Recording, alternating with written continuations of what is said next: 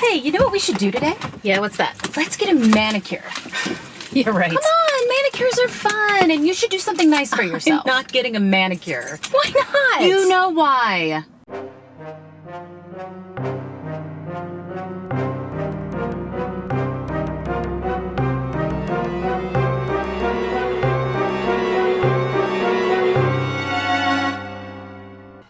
Yeah, I guess I see your point. Just not worth it.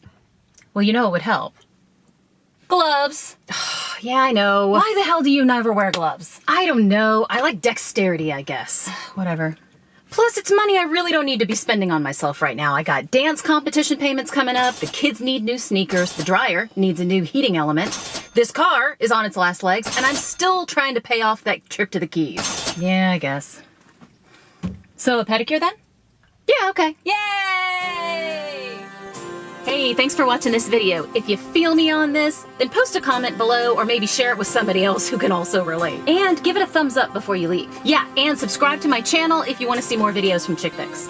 And do something nice for yourself today. You deserve it.